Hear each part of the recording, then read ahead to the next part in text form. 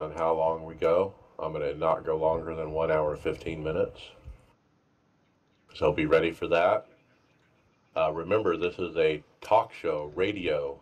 You got to speak out and be heard. So be as loud as I am, if that makes sense. And I'll start here shortly. Cool. I'll pitch in when I can, but obviously didn't have time to read over a lot of these forum posts. Yeah, just wing it. That's what I do. That's okay. Neither did any of us. Yeah, see, that's the part of it. We all wing it. This is the Will Gibson Less Shit Show. Yep, that's right. It's a little different when Will's not here. All right, here we go. Last week was all right, though. I think if we can manage that, we'll be okay. Yeah. Is my level good? Because I'm talking through my Rift and I don't have it fully on. I've got it sitting on my forehead. Little soft. It sounds okay though. Is it sounds okay. It's coming through okay. Yeah, this is with it completely on, but now I can't look at the agenda. Oh, yeah. I don't think you need to have it completely on, but it was okay. All right, here we go. User in your channel started recording. Welcome to the iRacers Lounge. I am your host, Mike Ellis. iRacers Lounge is a podcast for the iRacer where we talk all things iRacing in a casual setting. Joining me are the usual characters, Chris Scales. Hey, Mike. Greg Hectus. I'm back. All right, and special guest, David Hall. Hello. Hey, well, welcome. All right, Thank you. thanks for joining us. And in iRacing, you're known as David K. Hall, middle initial K. So let's get to know you a little bit, David. I got to know you because you're a listener, and we were talking about volume and podcast levels and stuff like that. I hope I got it straightened out, but anyway, ended up inviting you on. So let's get to know you a little bit. Let's start out with, when did you first hear about iRacing, and how did you initially hear about it? Well, it's been a long time, actually, so I don't remember exactly. I used to run back in the R Factor days in a mod called Stock Car Evolution. Or, yeah, that's what we called it, Stock Car Evolution. And eventually, iRacing came out about the same time, and I tried it out for a while. And then I kind of faded from sim racing for a while until the Swift came out. I see. Yeah, looking at your stats, it looks like you started in 2010, so 8 years ago. Had an absence until 2015. It looks like when you came back, and have been running ever since. Looking at your road stats, it looks like as far as official racing, you have a pretty even split amongst oval and road, and your road winning percentage a little above 3%. Yeah, I started in ovals, and one day during a Sonoma race, I was so frustrated. It's like I just decided I'm going to learn to drive the road cars, and I started, all the way back in the rookie cars and worked my way up. And since the Ferrari GTE has come out, I fell in love with that car, and I run it a lot, as well as I've recently started running the 919 quite a bit, and I have a blast in those cars as well. But I still enjoy the ovals. All right. All right, so let's talk about that. How often are you racing right now, and what series are you running? Is it official? Is it league? Or you have a team? I like the pickup nature of the official races because my real life job keeps me pretty busy, so I can't commit to always being home on a certain night of the week. I do like to try to run the NIS even though the last 2 months, the unluckiness that I've had in the series has been pretty ridiculous. I run quite a bit of IMSA as well as the Le Mans Sprint Series, depending on which track both series are running. Actually, before you go any further there, Mike, it sounds like Mike and I are going to be joining you there in that series, David. IMSA or Le Mans? The Le Mans Sprint Series. Yeah, it's pretty fun. If you drive the GT in that car, it blows your mind how fast one of those prototypes will fly by you, the hybrids. But now I'm driving one of the prototypes, and they drive like a dream. You jump out of one of those and then go right back over to driving, say, the Cup car at Bristol, and it's so different. But they're both fun. Well, absolutely. Let's talk Le Mans just for a moment. You mentioned you're on a team and you're preparing tell us about that team and tell us about your effort, what car you're running. And that's coming up here 2 days from now, right? Yep, I'm not sure exactly which race we're going to run, the earlier one or the late one. I run with a group. I'm actually kind of with two teams, but the one I've been with for a long time is Martinsville Mafia. It's a couple of friends that actually live about 5 miles from the Martinsville track. And we just get together and like to run some of the long endurance races. They're not as heavy into running road courses every day like I am. So then I also have started hanging out with a group called Royalty Racing, and I ran Spa with them and have a lot of time hanging out with both groups. A lot of fun. We've run quite a few practice laps for Le Mans. We've run quite a few. We've hosted several practice sessions followed by races. We've got a set fairly well dialed in, and also got a pretty good idea of how to manage the battery. And look forward to having a good, fun race. The key is really not going to be just how fast you are in that race, but getting around GTEs patiently is the way to finish the race well. Yeah, and I know there's going to be a 100 incident limit in this 24-hour race, so be careful. But a lot of the corners have been, if you cut, it's a slow down situation instead of an actual incident point. So that's also been adjusted a little bit. There was a lot of fuss after Spa because people knew that they couldn't get eliminated in a Spa. There was no slowdowns, but you could take off tracks and gain a lot of time. And so people were just racking up a lot of incidents. Le Mans has never functioned that way. Le Mans hits you harder with the slowdowns. And so the incident limit is not really going to be relative. If you're getting those slowdowns, you're not going to have a good race if you get too many of them. Right. So, real quickly, let's sidetrack. Greg, you want to tell us quickly about our effort at Tifosi for the 24 hours? Do we have a solid effort? I think we're still in the planning stages, maybe. Well, it looks like right now it's going to be the three. It's me, Phil, and Mike are going to do it. We're set on, I guess, the three of us doing the whole thing and just switching off. Because Brent had to pick up a weekend shifts to be our fourth guy there. Yeah, you need couple more guys probably. And so now's the time right now where there's a lot of individual drivers out there looking for teams, see if they can get into the car, get into the event. And if you just find the right ones, it works out. And in the past when we've done these rosters, like David Flowers was managing it, he would go to other teams and pick up some people, like a guy like Mike Ducker came on. He wasn't part of Tifosi, but he came on and ran with us, and did a great job. And so if you get the right people, it works.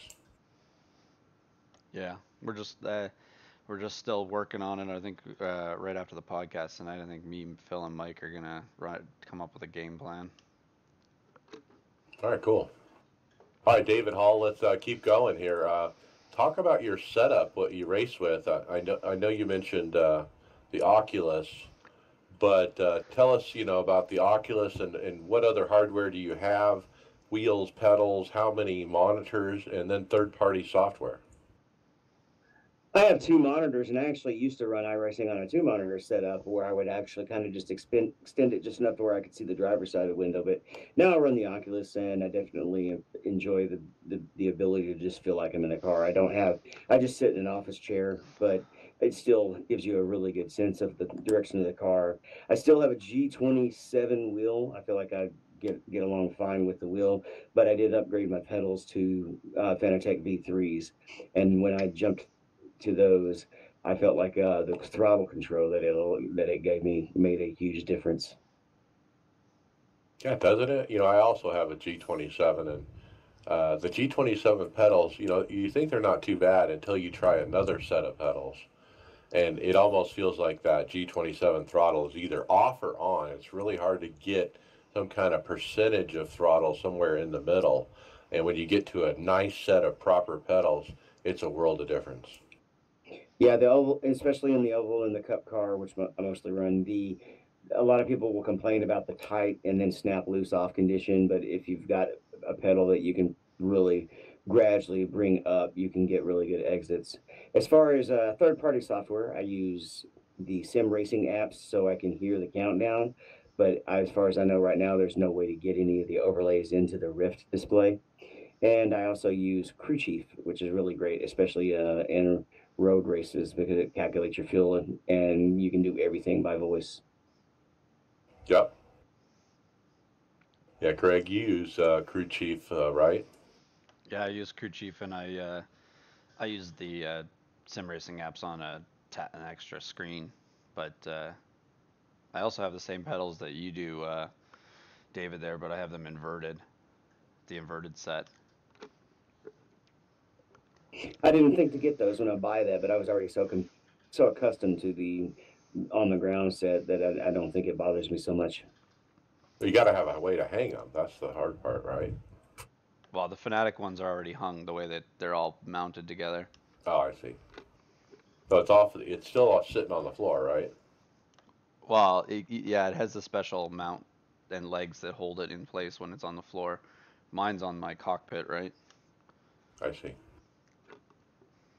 All right. Well, David, a final question we'll ask is, what was your most memorable iRacing moment so far? It didn't really come in a moment. It's more of a week. I led IMSA Division 5 last season for almost the whole season. And then the last week, a couple of guys just flat out leapfrogged me that I thought I had a nice, comfortable lead over. So we were in Montreal in week 12, and I just was like, okay, forget it. I'll go race as many races as possible and stop worrying about the points. And for some reason, Montreal just clicked for me, and I ripped off 4 weeks over the week. Or 4 wins, excuse me. I ripped off 4 wins. That was basically the best week of racing I'd ever had on either court, either a road or an oval course. Right. All right. Well, I mean, you're not doing too shabby here. In 2018, your road official stats, win percentage 4%. That's pretty high, actually. And so, good job, and welcome to the podcast. We're going to jump right into topics here, and let's get a discussion going. And so, Greg, I guess go ahead and take up the first one. It's the World Cup X is what I guess they're calling it, or World Cup of iRacing. It's a special event for the 10th anniversary. Tournament will be broadcasted live on the iRacing esports network and iRacing Live. Looks like there's going to be some nice prize money. $1,000. Oh, sorry, in credits. Sorry, $1,000 in credits. Looks like it's scheduled to start November 3rd through the 17th. Yeah, this is the 10th year of that. I don't know why they think they need to call it the World Cup X, because it's the 10th anniversary. It's not an iPhone. But no, I think I ran this the first year I was in iRacing, but I never touched it since. I mean, you guys ever run this World Cup? Yeah, Not cricket. me. Yeah, No, I haven't people either. don't hear about it much, right? This is Yeah, the first so- I'd heard of it. Yeah, that's Really? the problem with a lot of things iRacing. You don't hear about the stuff. You load up straight into the schedule. You don't see things. I don't know that I would have known about NIS until after the season started if it wasn't for the podcast, honestly. Yeah, I think that's something that iRacing is lacking a little bit. I mean, my understanding of the World Cup was back in the day, when in the early years of iRacing, this was the prestigious event, and it would be pitting the clubs against each other, and I'm the West Club, and you're in the East Club, and then there's the Europe Club and whatever, and it was a big deal back then. But now in 2018, I don't even know if it's relevant anymore. How many people do they have participating? I mean, they do have $1,000 purse. I mean, that's not too bad. I remember this now back in when it first started. Yeah, because this was, I think this had to do with the, I'm just reading more into it, but they were trying to run this along with their special events. It was its own special event thing back in the day too. And yeah, you would have, I'd have, since I'm Canadian, you have Canadian East and West facing off and stuff like that. Yeah, your club, yeah. But Yeah, I mean, participation was bad. I mean, when I would look into this, I remember in the past, I'm the West Club because I'm in Arizona, and there was like nobody from the West. There were like a handful of people, like a half dozen. And so obviously it wasn't even enough to actually compete, with the other countries that were actually trying.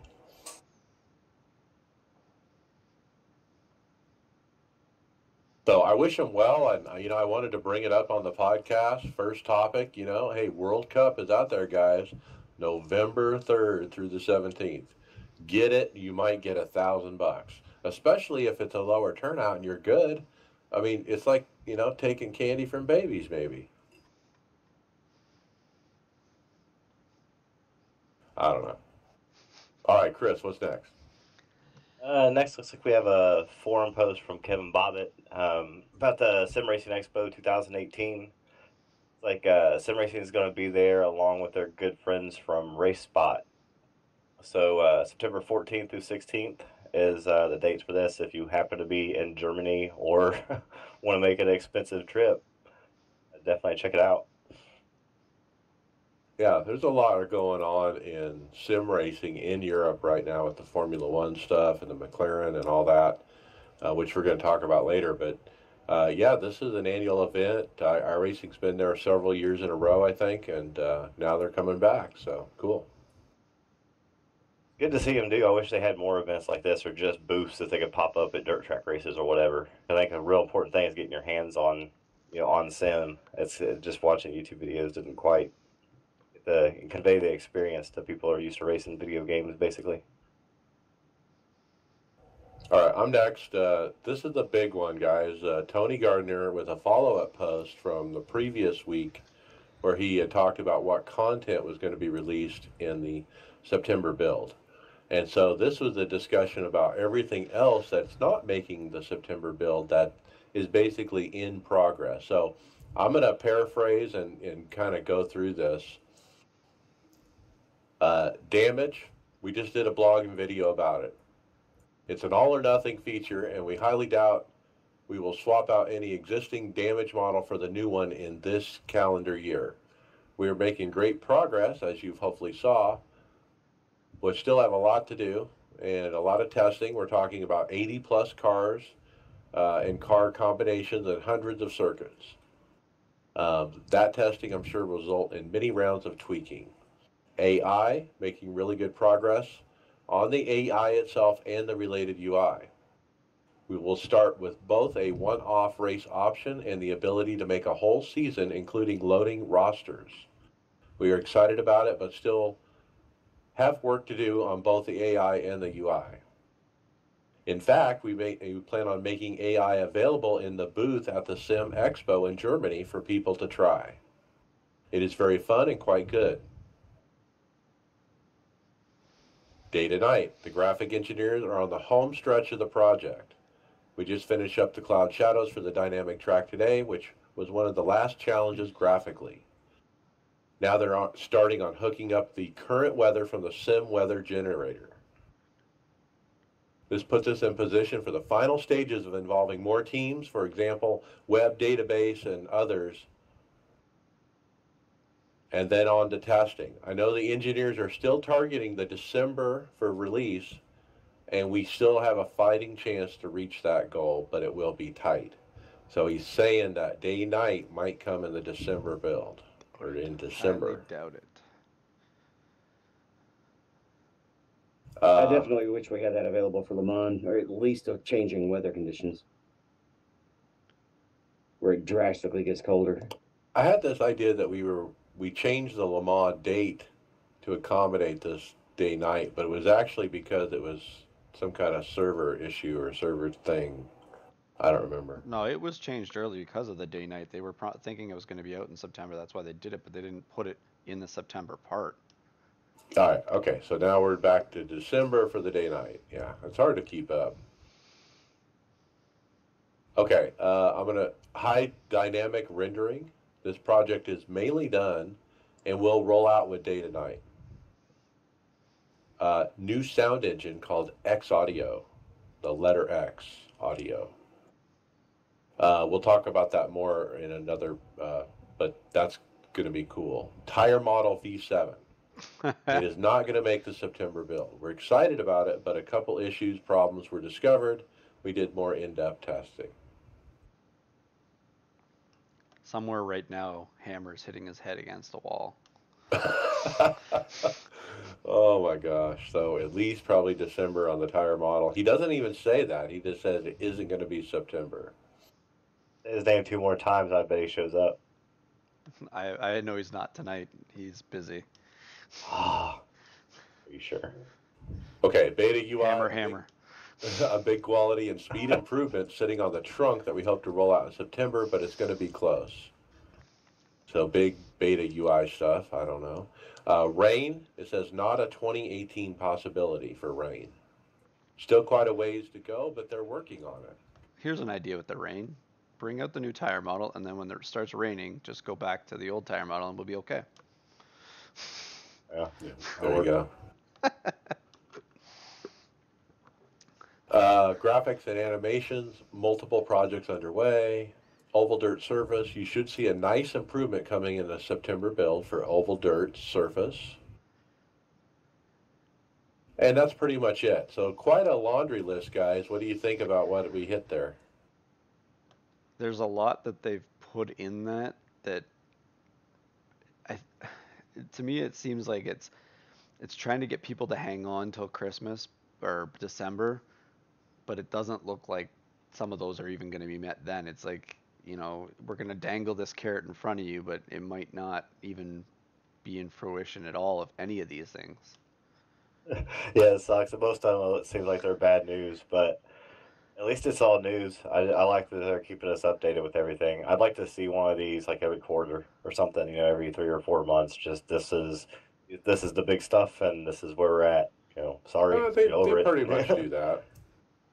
This Yeah, was warranted. In pieces, yeah. If you collect it all together, like in your awesome email box. But yeah, I don't see a ton of this where you can find something all in one place, because most of the stuff, you miss it.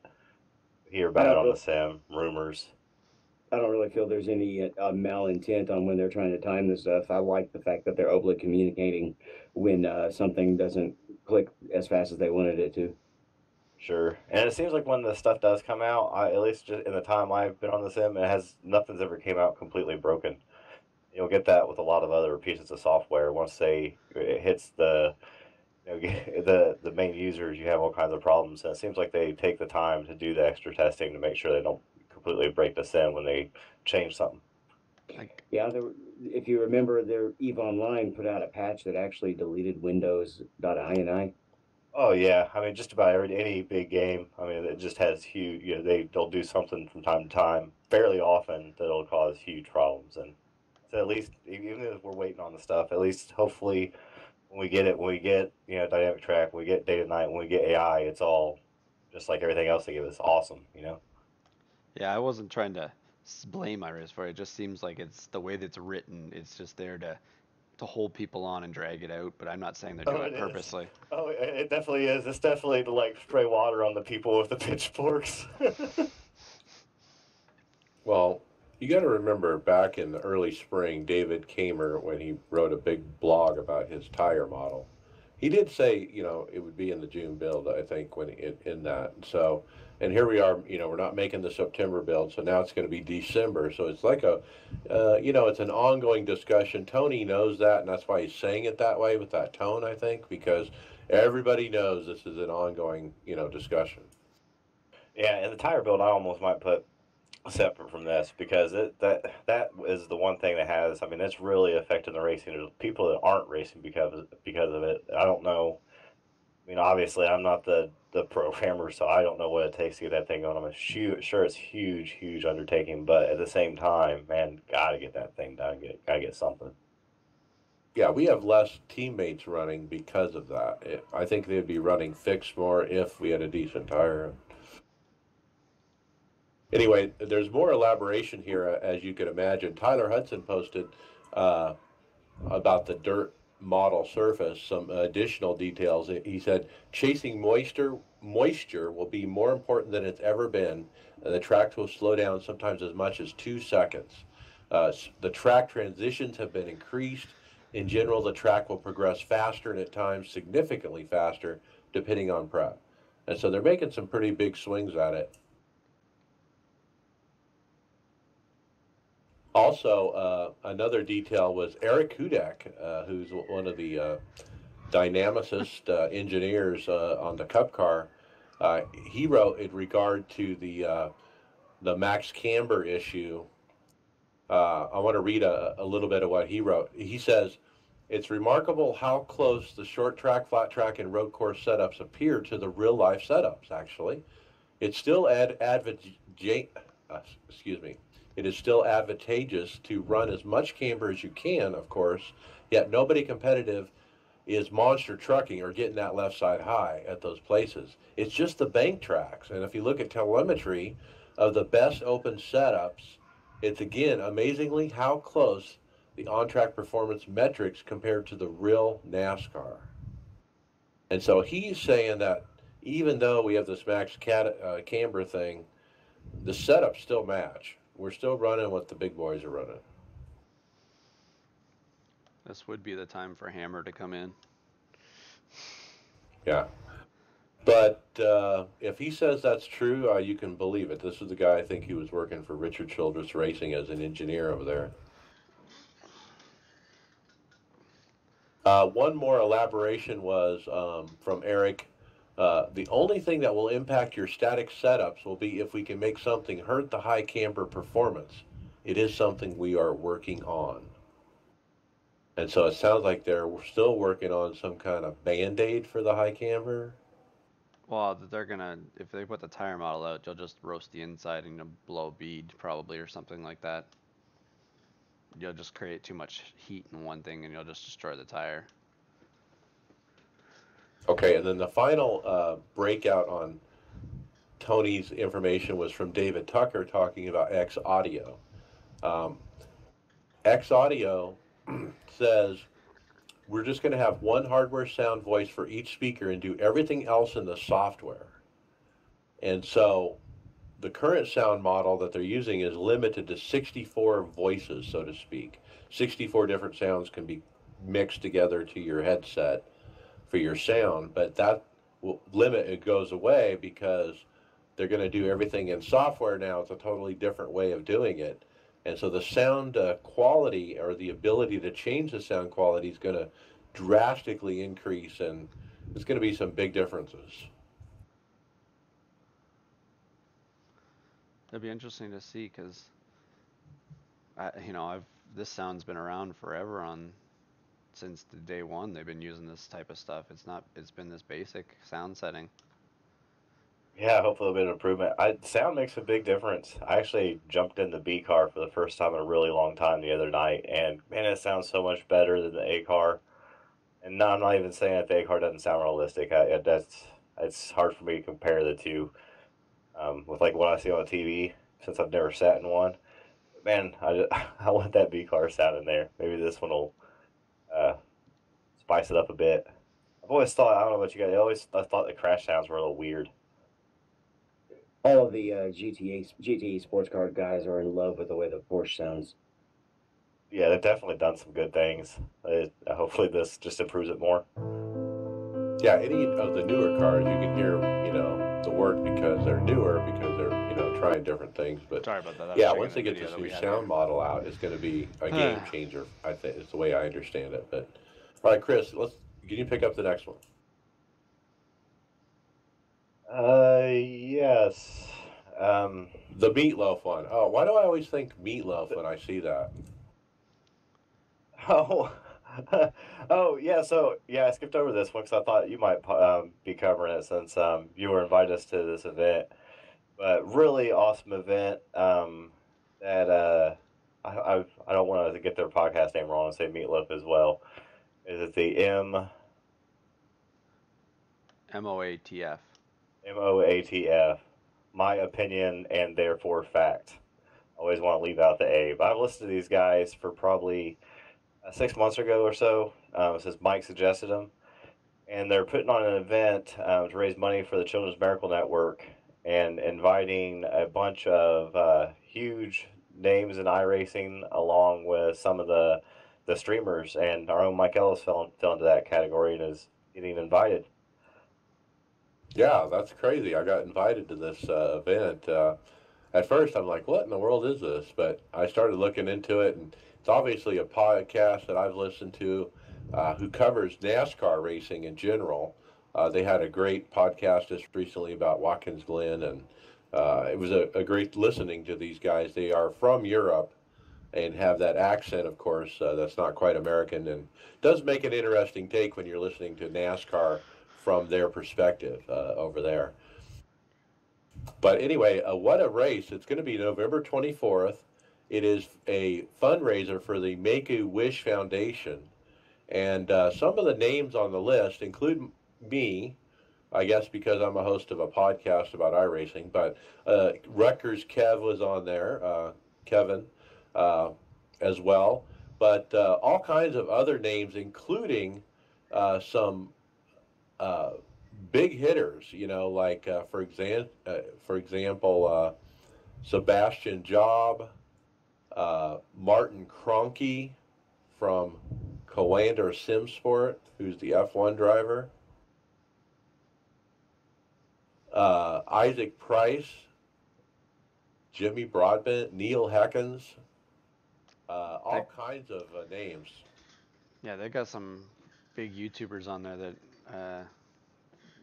participate a lot in iRacing on it. Yeah, all the big streamers. Yeah, if I'm understanding, they're going to be auctioning off tickets, $25 a piece, and you can race in this race with these iRacing celebrities, basically. Sounds like a really cool event. Yeah, I'm looking at the website, but I'm pretty sure Mitchell DeJong is part of the list now. Yeah, I was going to say that I think he was on the list you sent us in the team chat, but I was trying to find that and couldn't find it. They said they're gonna they're gonna update it as they get confirmation that they're going. Yeah, I asked for the day off. It's one of the days I work, so we'll see. But I hope to take part in the event, and if you guys want to check it out, I guess the easiest way is to go find the Meatloaf guys over on Twitter. I'm sorry, I mean the MOATF guys is what you would search. Motive. And definitely a good podcast too. Yeah, and a shout out and thanks to those guys for even thinking about me and getting me involved in it. I appreciate the opportunity, so thank you. I don't know how long that they've been going at this for, but they've already raised $512.15 for their goal to be at 3,000. They're not doing too bad. Nice. Yeah, they did put up a YouTube video. The greatest grid of sim racers ever assembled is what it says. And so should be fun. I think it's going to be Sebring. It's called the Race of the Decade, November 24th. All right, let's see. What's next? That's you, Greg. Just open it up here. Looks like I'm gonna butcher this name. Is it Otto Zebini? I'm not sure how to pronounce it. Yeah, he's staff. I apologize, Otto. Dear competitors, thanks for all the efforts so far this season. As we wind the regular season down, I wanted to share the changes in the schedule for the playoffs. While it's hard to accommodate all schedules, we felt that too many competitors had issues with the weekend races. We have decided, along with NASCAR, to make all the races in playoffs and finals to be on Wednesday evening at 8 p.m. So, I'm looking at this first time. NASCAR Ignite series is what he's talking about. Okay, which is that youth NASCAR series. So yeah, they're changing the dates around. Sounds like the way he writes it, that NASCAR had a part of that decision that they wanted it on Wednesday. Which I guess doesn't, I don't blame them. I guess that's a good day for it. Are they trying to keep it away from their stuff too? Like, have another thing in the middle of the week for people to be drawn to? That's the question. I mean, they obviously run Saturday, Sunday. There are discussions in NASCAR about, are they going to maybe start doing a midweek show on Wednesday or Thursday? And so if they're targeting Thursday, it would make sense that they put this on Wednesday. We got peak on Tuesday, so. They got some idea. They can have some really good content during the week to keep people that are really interested in NASCAR if they can do it right. Right. Now, the other part of this post is we got a listener email from a listener named Jeff Marble. And so I had a few communications with Jeff, and he sent us a little bit. I want to read just a little bit of what he sent over, because he was talking about the Ignite series. And remember the kid we had on earlier? What was his name who ran that series? Oh, Tot or Tot? Spencer Tart. Tart, sorry. Yeah, he. Sorry, Spencer. Yeah, he twittered this week. He won the final race in the NASCAR Ignite series, and he was excited about where it's going to take him next. But he actually won the final event, his split. But anyway, back to Jeff Marble. He said his son Tyler Marble, who's 15 years old, has been on the service for 1 year. He wanted to do the NASCAR Ignite series. It required purchasing additional tracks. Wasn't really crazy about buying all the different tracks. So I was thinking, well, how can I get a sponsor? For the heck of it, thought about hitting up my local racetrack, Lancaster National Speedway, just outside of Buffalo, New York. I had a friend in my league paint up a Legends car, made it look like the pace car they have, and sent a screenshot over. That screenshot got the ball rolling. The promoter was familiar with iRacing, was willing to help us out. I originally asked for $75. He gave us $100. So that's a pretty cool story. Can't hurt to ask. Yeah, and the post that I don't have it pulled up now. The post that the track put on their website, I think, is what that link was. That was really cool. Yeah, and so so that gives the website, Lancaster National Speedway.com. They get to post something about it because they, coughed up their $100, and they wrote up a nice little article about Tyler. You want to race Marble, in NASCAR on their website. So check it out at LancasterNationalSpeedway.com. And pretty cool. And there's even a nice quote here from Tim Packman, the track president at Lancaster. He said, quote, "The series has gone from a hobby with drivers from all over the country to a sanctioned, sponsored, and respected method for racing. NASCAR drivers such as Dale Earnhardt Jr. and Tony Stewart still compete in iRacing, even though they are no longer full-time active drivers in NASCAR." So pretty cool. Looks like Tyler's doing pretty good. Yeah, as far as he's running 36th in points out of 475. The top 50 make the playoffs, so it sounds like he's going to make the playoffs. Playoffs do start on the 22nd at New Smyrna, and they originally had them scheduled for Saturday. It was when the races were going to be. And then apparently NASCAR stepped in and asked them to move it to Wednesday so they could broadcast it in prime time. So anyway, be aware of that. 50 drivers are going to be fighting for 17 spots in the feature each week. I wonder why they just did it. I guess 17 is the max they could probably put in. And so if you want more information, guys, there is a website, iRacing.com/NASCAR Ignite. And at the bottom is the schedule. I don't know if it's been updated to move to Wednesdays, though. But they are going to move it to Wednesdays. All right. What's next? I got the next one. Week 2 of the 10-year celebration has begun. This time it's the Legends at, where was it? Oxford. Oh, yeah, Oxford. Well, they switch up every day, kind of like the week 13 stuff. So they're at Oxford. Well, it's already changed now. I'm not sure where they're at today, but like 8ish every night. Yeah, they change tracks. Pretty cool. And I'm going for the 10K prize and iRacing cash, iRacing credits, and you have to run once a week in this series for the 4 weeks, I believe it is. So. They're at Charlotte today. Ooh. Well, right now, does it switch at 8 p.m.?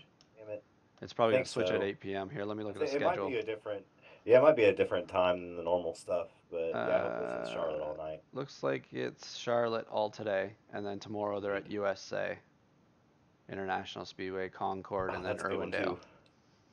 Oh, that's a good one too. We raced the wrong one, Mike. The rest of them are all better than Oxford Plains. They're really, those are some good tracks. The Charlotte one's not bad either. Yeah, I ran it because I just want to, do the one a week. That's all I'm interested in. And I finished dead last after getting spun out. Lost 110 I rating. Ouch. Yeah, they don't like your high I ratings down in the lower areas where you're not supposed to be. Mine cost me 70, and it was a low I rating split with a bunch of low I rating people. But I was running third, and first and second got into each other, and then so third got spun back behind me, and then I ended up in the middle of their little tiff, and the dude just drove through me trying to get to the guy he was pissed at. I haven't done one yet this week. I'm gonna have to figure out what track I want to race at. But I did the Solstice last week. That was a fun race. Yeah, everybody make sure to do your one a week for sure, just like Mike said. You're in the drawing for the 10 grand in iRacing credits. All right, next topic is a guy named Michael Grissinger from Michigan Club in the forums posted up. He says, enough guessing on SR. I did an analysis of over 750,000 laps. Holy And fuck. so he has a blog Sorry post for my at language. a website called we'reatgames.com, actually. Anyway, when you go there and click on it and it opens a PDF, and boy, it's quite a write-up. It's like a thesis for a college degree or something like that. I mean, it's got a lot of information. He's got a lot of different graphs and analysis about what he has concluded after going through all these laps and finding out how SR has been affected. And boy, it is something to read if you're interested. My brain hurts already. Yeah, did you find the PDF? Yeah, I'm in it right now. And so I'm going to jump to the very bottom and read his conclusion and recommendations. And it's even hard to read just a little bit of it. But anyway, this preliminary analysis has significantly reassured the author that the core of the iRacing subscriber base is aligned towards good driving, and that despite individual and group frustration at times, the system of safety rating and the race petitioning has not failed to provide a reasonable simulation of race courtesy. So that's the conclusion. Yeah. But a lot of work done here. If you're interested, check it out. I don't know. I mean, it's a little over my head, I guess. I'd like to know why I keep running into that one person who's not, Ben. Yeah. I was gonna say, you see at the bottom here too, it says reconsider qualifying and stuff like that. There's better results if qualifying better than starting in the back. Like there's all these, he's got some interesting information here on it. Right. Yeah, what's interesting about that though is I almost always qualify unless I just don't feel like I'm familiar with the track. But say like ovals, I don't really have to practice those for a long time anymore. So I'll go ahead and qualify, and then you'll have some super high I rating guy who's like, I'm not going to qualify. I want to race up through the field, and they won't even wait one corner before they just run into you and shove you out of the way. Yeah, you're gonna have that. That's just the unluckiness sometimes, I guess. All right, Greg, you're next. All right. Alex Gustafson just was talking about some maintenance, I guess, that was scheduled on the 15th, so that's already been done. Yesterday. But you don't have to update. It's a different kind of update. Yeah, it looks like it's probably just like in behind stuff that they updated just to get the server work done that didn't cause any actual updates to anything on the game or on the sim. Yeah, they were basically down for 3 hours to do something with the servers. I know, and I was trying to get my I rating up when they did that for the road. Okay. Chris, you got the next one, the teaser of AI. Yep. Next was an Instagram post by iRacing official. He had a new, just a quick little video using their new AI, and it's not a long video, just a few cars, and it's not really all that. There's not really that much there. It just looks like a couple cars riding around the track. But I guess that's the point, right? That's what you want the AI to look like. It's just somebody else riding around the track. But it was cool to see a first little peek of it anyway. Hey, It's real. Chris, did you read down in the pink, the guy that wrote in pink lettering down in the post? No, And no. look at it in the forums. It'll make you laugh. Yeah, and this was interesting because when you see the relative, it actually has names in it. So these AI cars are going to have proper names. Yeah, it's That kind of is easy. funny. He's wanting to protest of the AI, which is right. You gotta keep them straight because otherwise they're gonna take things over. Yeah, we gotta teach them while they're young. The question is, will they protest you back when you drop a few unsavory words on comms? Oh, I only say nice things about the machines. I'm ready to serve my overlords. I'm gonna be on the right side when it goes south. It looked on the video like it was they were running around in some GT3 cars. I didn't recognize the engine, but the one in front definitely was a GT class. Yep. Yeah, pretty cool. There was another video I found on Facebook on a closed group, and it was a video of Tyler Hudson. You could see his name in the relative, and he was doing the AI as well, and it was an oval video. And I also saw that and shared it with my team on the messenger. But pretty cool to see that this is coming out, and they're sharing it with us a little bit. All right, what's next? I'll take the next one. Sim Racing saved me yesterday, says Blair Corral in the forums. He's from Edmonton, Alberta. And he says he was driving home from vacation with the family. He had his 3/4 ton pickup towing a 12,000-pound fifth wheel holiday trailer. He's going about 75 mile an hour when about 3 rows of cars in front of me, I saw a green car change lanes into the side of a minivan. I saw this happening and started to slow down before anyone else did.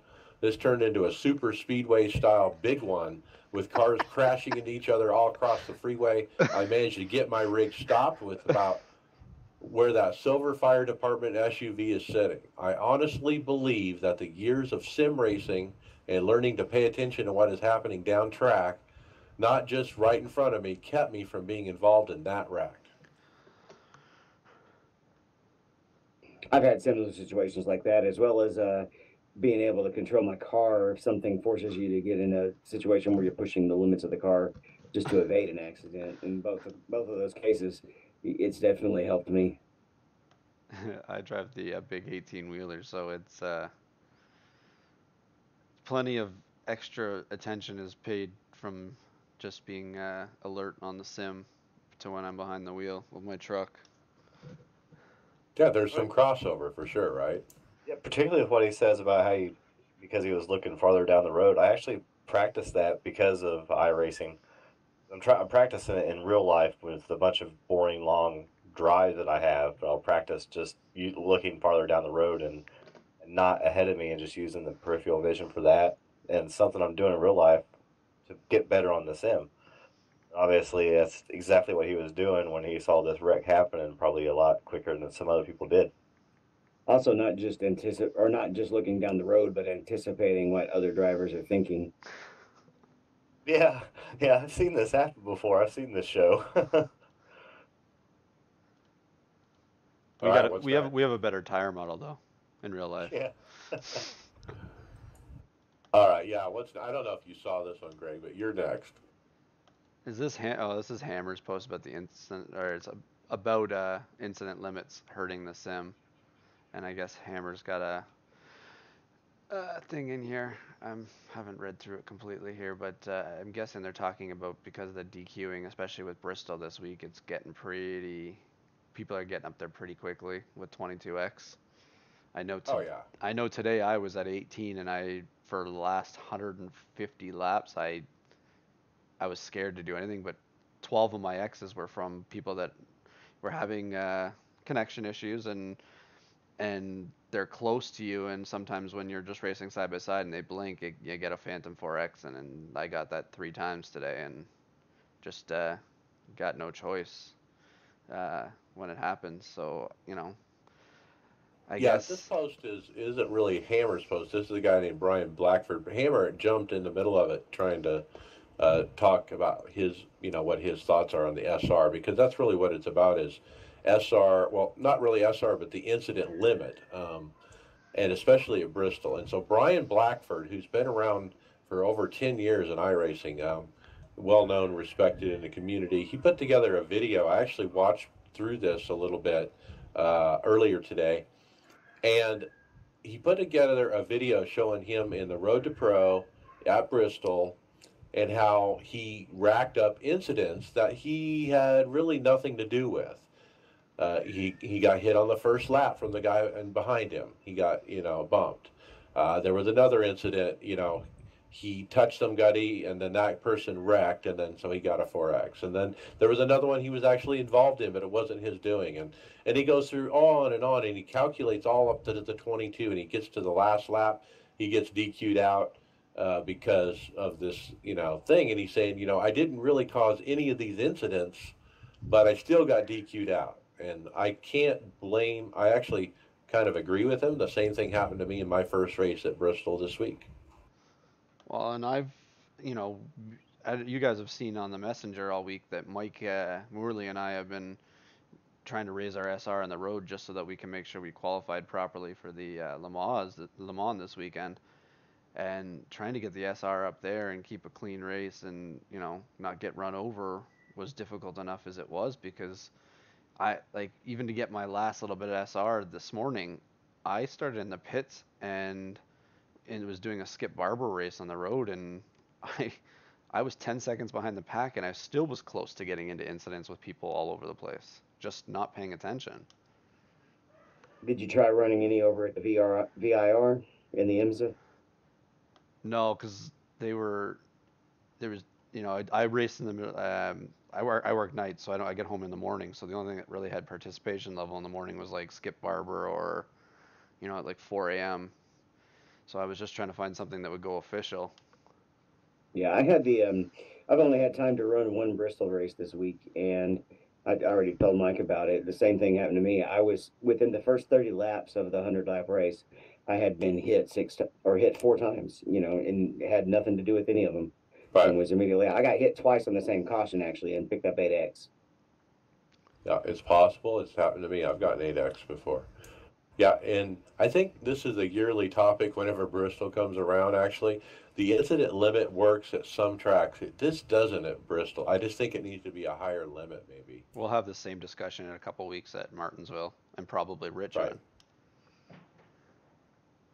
I think Richmond's not as bad, but Martinsville will just be just as bad, and then it'll be also about the black flags at Martinsville. The biggest thing I seem to run into with Martinsville is you just don't have enough time to get in and out of your pit without falling behind. Yeah, they need to slow that pace car down. I think the fix here this week is give us 26, not 22. Just 4 more. I think would be a good compromise.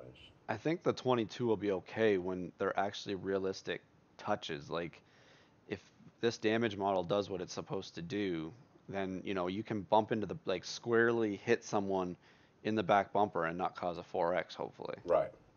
Well, that's good, and then maybe that's really what we're waiting for, and they don't need to tweak this at all. It'll all work out. And sometimes you might go into the corner and need 8 tires, and you should be banging door to door. That shouldn't be a 4X either, as long as you're not wrecking anybody.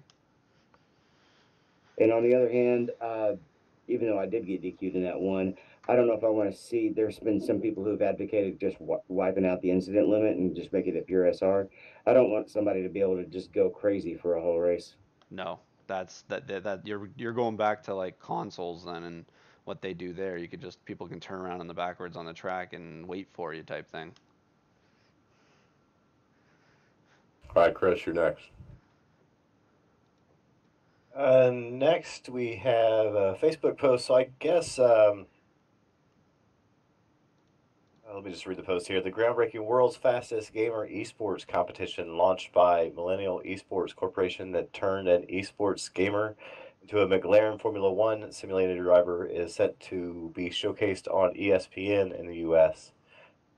And I was reading through this a little bit earlier, and we've talked about that series on the podcast a few times, but it looks like the ESPN is going to be covering the top 12 in a 4-part series on, it looks like, either ESPN, ESPN2, the apps, one or the other. Did you catch when this starts, Mike? So maybe later this month. I want to say it was 25th. I think it's August 25th. Yeah, that's when it starts. So watch for that on ESPN, guys. This is big. That's really cool. To have sim racing on ESPN. I mean, they have every other kind of sport on ESPN. Why not sim racing? And so now it's finally coming. As far as I know, this is the first time this has happened.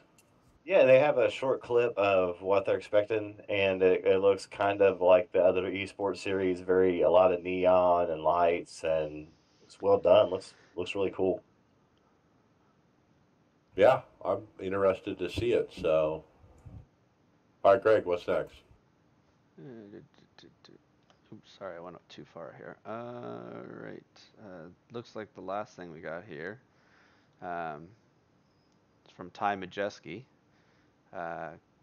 Posted, says I got a couple of wins in iRacing Ford at WIR Motorsports. I'm not sure about that track. What track is that? Wisconsin. Is that Wisconsin? Yeah. Okay. And then he went and had a tour of Roush Industries, which would be an interesting tour. It sounds like he had some fun. He was tweeting this out on his Twitter page. Got to sit in the Ford GT. Nice. Yeah, and guys, he's winning in the iRacing super late model, guys. Again, pretty cool that iRacing is still on the hood and he's still putting up wins. It's good to see the promotion of it all through people that put some hard work in. Right. Next, hardware software. First, Miguel Paludo, who I remember used to be in Indy Lights, and I think he might even have started an IndyCar race a couple times, maybe. He's from Brazil. So we're going to be taking these things to VRS. Look at his setup. He got a new NASCAR dash installed with a Max Pappas steering wheel. And boy, this is a sharp looking setup, guys, for a dash. It literally looks just like a real NASCAR Monster Cup Energy Cup car. The way the switches are laid out, the type of switches, I mean, it looks identical. That's a cool setup. That's exactly what I'd like to have. It looks exactly like they just pulled it out of a stock car and just stuck it in the does. It does. And it's got a carbon fiber look to it, got big old, labels and so forth. See the a guy that... Go ahead, Chris. I saw a guy that had something similar to this, kind of for a more real life race car. Then he even had, and this would be cool in this too, like he had vents in the front of it and had fans hooked up to the vents, so even those things worked like a regular dash would. Well, this thing's got like that level of detail. Yeah, he's running a Fanatic, the Fanatic wheelbase, the 2.5. So that has the 4 mounting holes, so all they have to do is create a plate and that goes on it, and then build all the switches to that plate, and it screws right to the wheel. Is that how it's all put together? He's got it on both sides too. Well, you can go to that. What is it? Derek something? I can't. What's the Derek Spears? Derek Spears. He has ones that just bolt straight in to the Fanatic bolt pattern on because my Fanatic wheel has 4 bolts right around the actual part where you put you click the quick release into the connection. That's where it would sit around, and you just bolt it into those bolts. Imagine if you actually started having to keep track of brake blowers and things like that to help change the handling of the car. Someday, I'm sure someday. Yeah. Okay, and I'm going to pick up this next one. Also, Jeff Marble, who we spoke about earlier, whose son was in the NASCAR Ignite series, he also asked me to clarify the gyro cam settings that we talked about last week briefly. And so I wanted to just go over those real quick. Also, we heard from a different listener, Sam Robinson, who also asked about, hey, what are those settings again? And so I'm going to open my app INI right now, and I'm going to tell you guys what it says.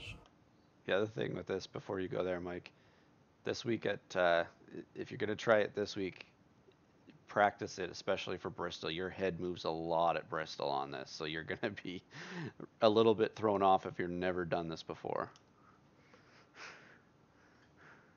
Yeah, and it's most visible when you're on a banked track is when you'll feel it the most. But anyway, here's the numbers. What I do is I search the word head or go to the very bottom of the app INI, and that's in your documents folder and iRacing folder, and open app INI, and you go to the bottom and you find driver head horizon, and I have it equals 1.0. Go right now, by default, it'll be 0.0. So you change the 0 to a 1. Okay. Then there's another one. Driver head no pitch. I have it at 1. Driver head wobble. I have that at 0. And then there's driver rotate head 1. And that's it. So change those settings, save the file, close it, relaunch the sim, go out on a track and try it and see what you think. And that's what we call the gyro cam view anyway. If you want to get crazy, take that driver head wobble equals 0, change that to 1.0 and see what you think. Especially try that if you're in the goggles. I can't imagine what that would look like with the goggles, because the wobble thing is like when you go over a bump, your head wobbles and the whole view kind of moves up and down.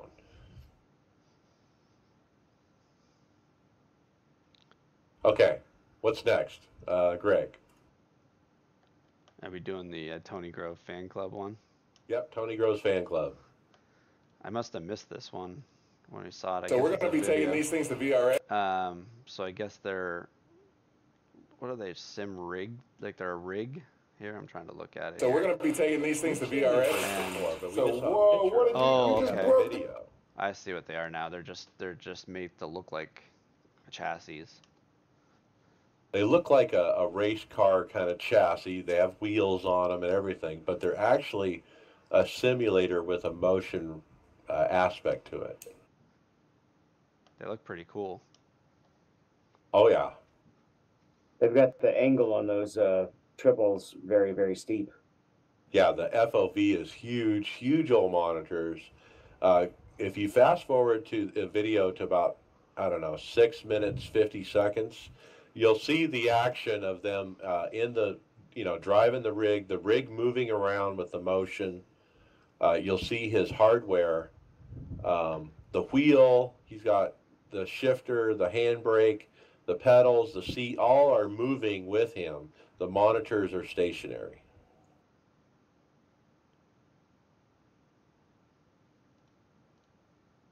And this is a a YouTube channel called The Hoonigans. And they have 1.8 million subscribers on their YouTube channel. And they got some pretty nice looking sim rigs, I tell you what. And I didn't realize when we first saw these that they were motion. But now that you see the video, I'm like, wow, I really like it now.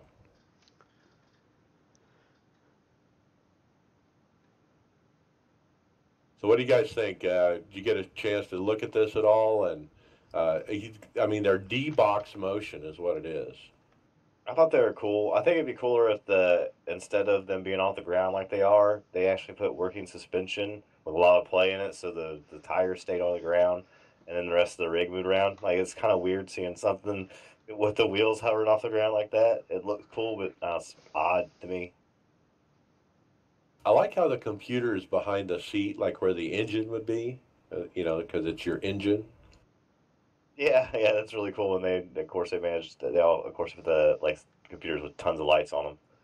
The thing's glowing like a Christmas tree. I think that everything about it is awesome. Except for I changed that one thing. I'd have bigger suspension and not have the tires floating off the ground. He's got double 1080 Ti's in that computer. He's got 2 of them in the same box.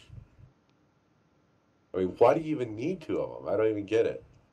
I don't think iRacing will even use the other, but Well, maybe exactly. to simulate like real motor heat by putting those in there. Yeah, it's a pretty neat little setup. All right, Greg, what's next? Looks like the last thing we got here is right down my alley here because I'm gonna actually do this. Sim Experience is looking for people to test their new, what did they call it here? Their new GS5G seat. Beta So test. it's a beta test. So they're trying their new shakers, I guess, here, and they've posted it on their Facebook page. You can register and if you got lots of time to test out, you can test it. I was just looking up the requirements here. It says you will need to deposit $2,000 and plus shipping and applicable taxes, but it would be refunded afterwards, I guess. It's just there in case for damages. Now remember, this is a seat that has the hydraulic paddles that kind of push up on your butt and your thighs and your lower back and upper back. Yeah, it looks to cool. simulate kind of G-force stuff. I'm gonna try it. I'm gonna send him an email tonight. It's a lot of money. $2,000. It's just a down payment. Well, yeah, if you have it sitting around, you might as well have it sitting in their account instead of yours. It's coming back. That's right. Yeah. All right, let's keep moving. We're out of time. Let's go over results real quick. Let's talk about the rest of Michigan. I ran P22. Don't even remember what happened that race. Brett McCoy P28 in the Thursday fixed. And then Friday Open, Chris, you got a P7 with Phil, teammate Phil, finishing 1 spot behind you. You put clean race.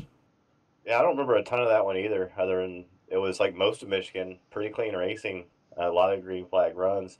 And I was P7. The only thing I remember about that race is trying to beat Phil. Our teammate Phil Linden was in the race with me, and he finished P8. And man, I was pedaling the hell out of a car with old tires, trying to make sure I stayed ahead of him because he doesn't really race that stuff all that often, the oval stuff. Every time he does, he hops in that A car and wheels it. Yeah, well, he always has good runs, it seems like. And then Sunday Open, Brent McCoy P6, Bobby Jonas P4, and Greg, you got P3. Good run for all of you. Yeah, I think if I remember correctly, it was Brent that was in the race with me. We had no cautions in that race. That was the full 80 laps, 2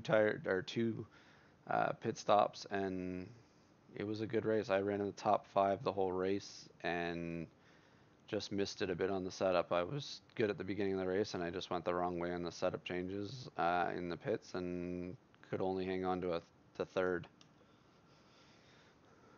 Nice.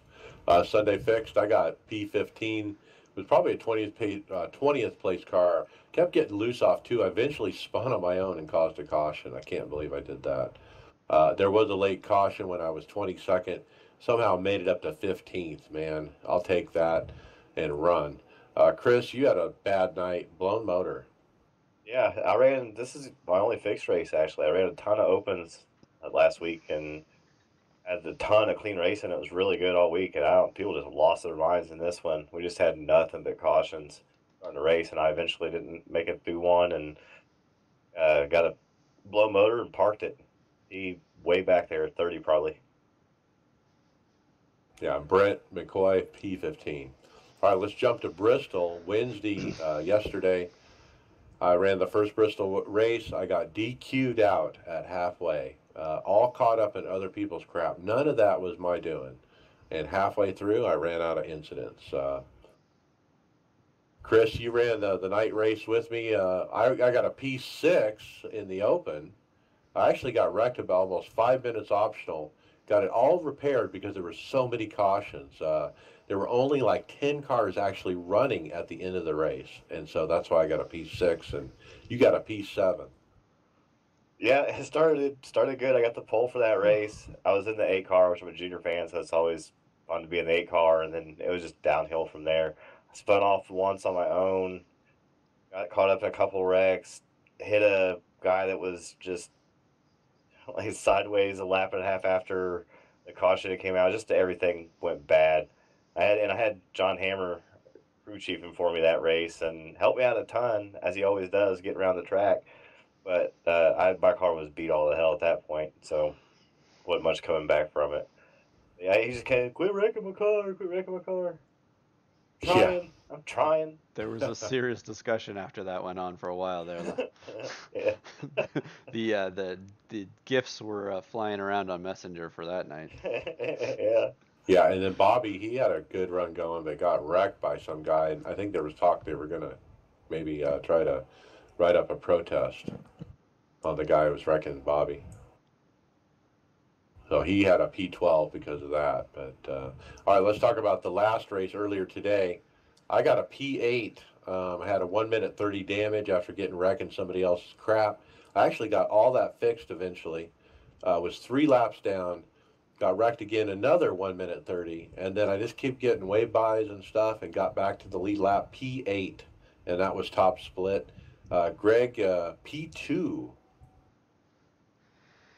Yeah, that was not expected. I was running top 5, top 6 most of the race, but I was just kept adjusting on it. I went the wrong way on the first pit stop and really made it tight and caused some problems with myself. And those Phantom X's, I think it was by lap 1, I want to say 100, 125, I was at an 18X and I was like, okay, now I got to tiptoe around.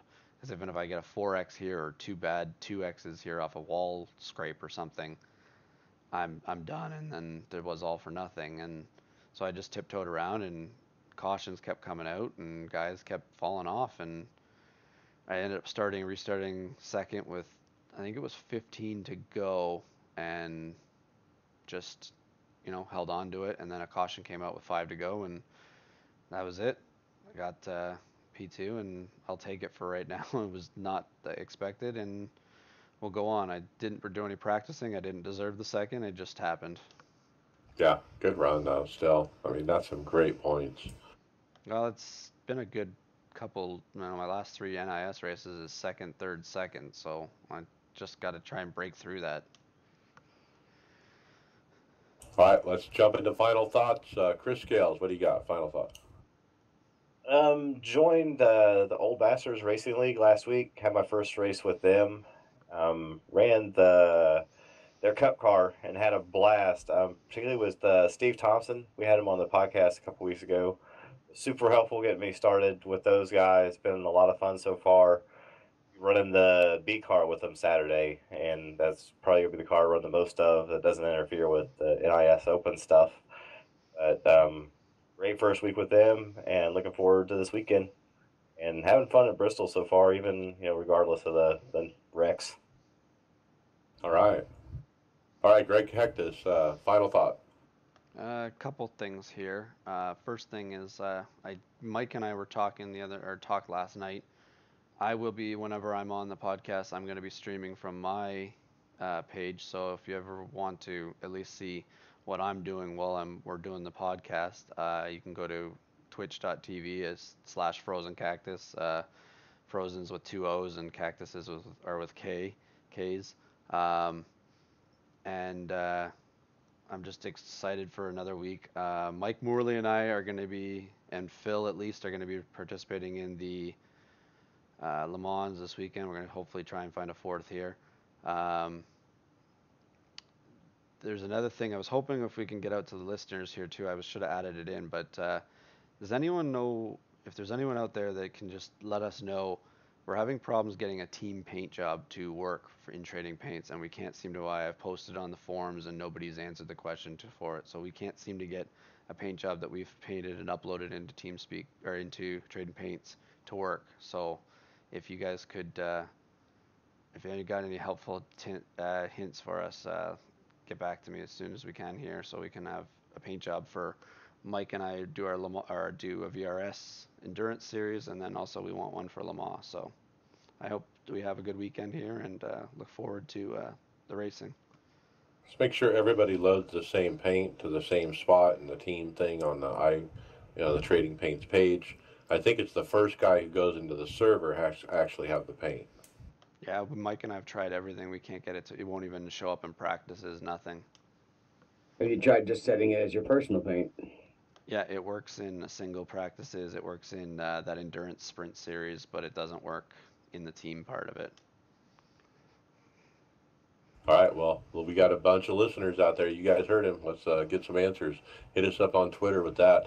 All right, thanks, Greg. David Hall, special guest, thank you for coming on. You're certainly welcome back anytime. Give us your final thoughts. I'm definitely looking forward to Le Mans. I'd just like to remind everybody it's a long race. Don't lose it on lap 2.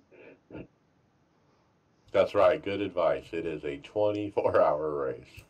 All right, well, thank you for joining us. My final thoughts, boy, Bristol, my confidence is high. I got an 8th and a 6th in the Open, and also running a actual spotter. I don't. For the last several races, I've had a real person spotting me. An old teammate from long ago had contacted me out of the blue and started spotting for me. And I tell you what, it's quite a different experience. I think it's because he's so good at it too, but. To not have the robot spotter on during the entire race and to have a human there that actually knows what he's doing, and it's really changed the experience. So I'm actually looking forward to more races with the spotter. So, and I'll talk about that more in the coming weeks. To say, quit wrecking my car. Not like that. Not like a crew chief, an old grumpy crew chief would say it, but no, like a TJ Majors would do it. Oh, old hairy hog. All right, with that, we'll see you later. All right, everybody. That's User. the iRacers Lounge podcast for the night. We'll be back next week.